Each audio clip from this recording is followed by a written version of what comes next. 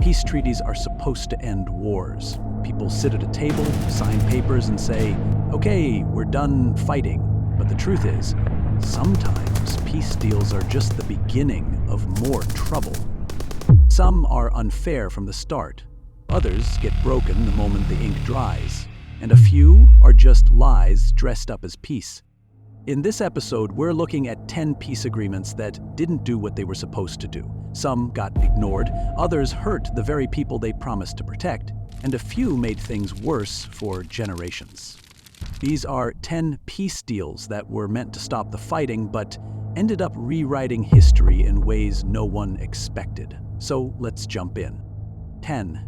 Treaty of Tordesillas. Let's go back to the year 1494. Spain and Portugal were the big fish in the sea. They were sailing all over the world, discovering lands that, well, already had people living there. But these two countries kept running into each other, especially in the Atlantic and the newly found Americas.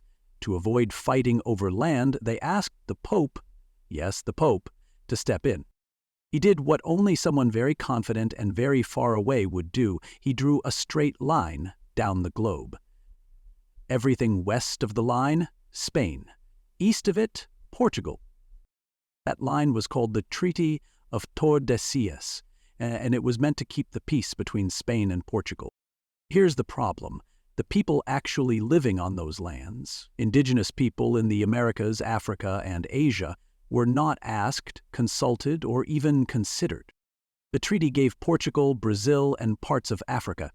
Spain got pretty much the rest of the Americas. It looked tidy on a map, but in real life, it opened the door for centuries of colonization, slavery, and war. Spain and Portugal may have stayed peaceful with each other, but their peace deal kicked off chaos for everyone else. 9. Treaty of Guadalupe Hidalgo, 1848. Fast forward to 1848. The United States had just won a war against Mexico, and as part of the deal, the U.S. wanted land, lots of it. They signed the Treaty of Guadalupe Hidalgo. Mexico gave up about half its territory. Today, that's California, Arizona, New Mexico, Texas, Nevada, Utah, and parts of a few more states. The U.S. paid Mexico $15 million, 0 cents. Not a lot for that much land, even back then. But here's the key part. The treaty said that the Mexican people who lived on that land could stay. They would keep their property, their culture, and their rights. Except that didn't really happen. Over the next few years, Mexican landowners lost their homes. The courts were slow and expensive. New laws made it easy to take land from Spanish-speaking families. Many were forced out or tricked into giving up what they owned. This peace treaty ended a war, but started years of unfair treatment for the people who were promised protection. 8. Treaty of BrestLitovsk, 1918. It's 1918. World War I is still raging, but Russia has other problems. A revolution has just overthrown the government. The new leaders want out of the war fast. They signed the Treaty of Brest-Litovsk with Germany. In it, Russia gives up huge areas of land, Poland, Ukraine, the Baltics, and more. It's a massive loss. The deal helps Germany, but only for a short time, because later that same year, Germany loses the war. The treaty is canceled. The land Russia gave up, it's suddenly up for grabs again. Borders change, people are confused, and new fights break out in those same areas. It was supposed to be a way to bring peace to Russia, but instead it created new struggles, new enemies, and long-term instability across Eastern Europe. 7. Treaty of Paris, 1898.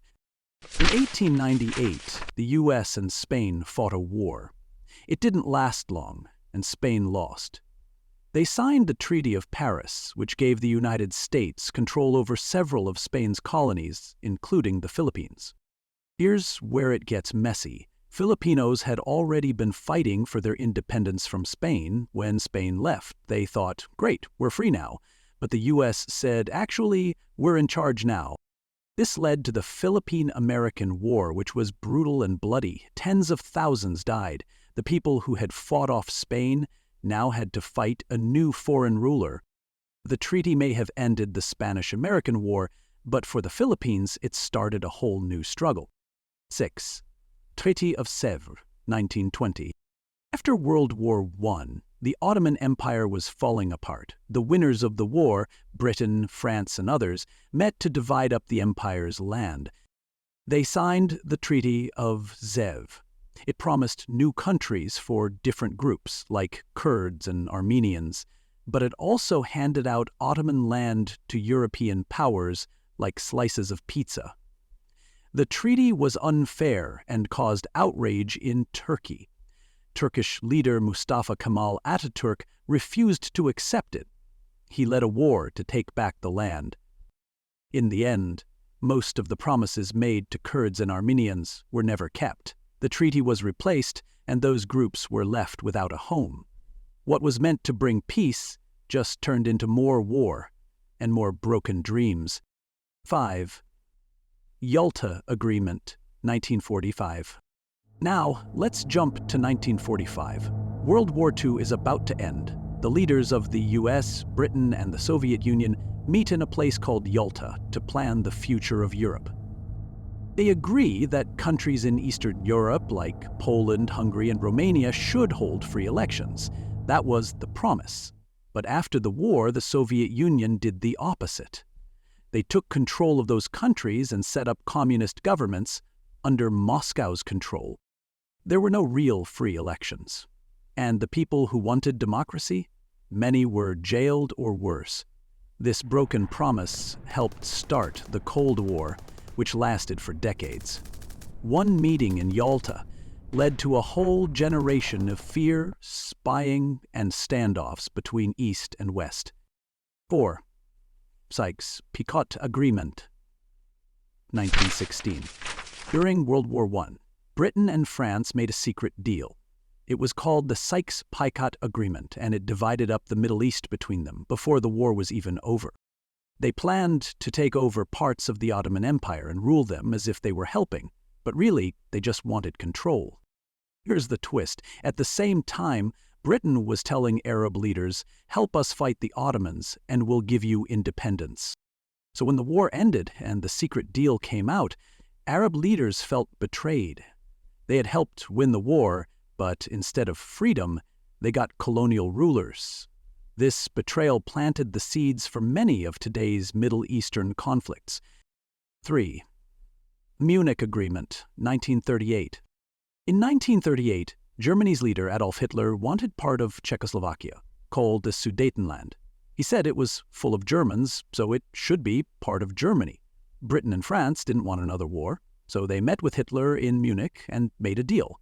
They let him take the land, hoping he'd stop there. This was called the Munich Agreement. British Prime Minister Neville Chamberlain came home waving the paper, saying, "Peace for our time." But Hitler wasn't done. A few months later, he took the rest of Czechoslovakia. Then he invaded Poland, and World War II began. The Munich Agreement didn't stop war, it gave a green light to a dictator. 2. Treaty of Versailles, 1919. After World War I, the winners made a peace deal with Germany. It was called the Treaty of Versailles. It blamed Germany for the war and made them pay huge amounts of money. They lost land, had to shrink their army, and accept full responsibility. Many Germans felt angry and humiliated. The economy crashed, people were starving, and into that mess came leaders who promised to make Germany great again. One of them was Adolf Hitler. So instead of stopping future wars, the Treaty of Versailles helped create the perfect conditions for World War II. 1. U.S. Native American Treaties. For hundreds of years, the U.S. government signed treaties with Native American tribes. These treaties promised land, peace, and respect, but time and time again those promises were broken. Tribes were pushed off their land, often by force. Treaties were ignored when gold or oil was found. Whole communities were relocated, sometimes in the middle of winter, with thousands dying along the way. The betrayal here wasn't just one deal, it was hundreds, a pattern of saying one thing and doing another. These broken treaties led to the loss of culture, land, and lives that native people still feel today. So, what do these stories have in common? Each one started with a promise. Words on paper meant to stop the fighting. But when those promises were broken, ignored, or made in bad faith, the results were often worse than the war itself. Peace isn't just about signing a document. It's about keeping your word, listening to all sides, and understanding that people's lives, not just lines on a map, are at stake. History shows us that bad peace can be just as dangerous as war, but it also teaches us what not to do. Maybe if we remember these betrayals, we'll do better next time. So, what do you think? Which of these peace deals surprised you the most? Drop a comment below. We love reading your takes. And if you know any other peace agreements that didn't bring peace, tell us about them. Don't forget to like, share, and subscribe if you enjoyed this. We've got you more stories coming up, real history, real people, and the lessons we still haven't learned.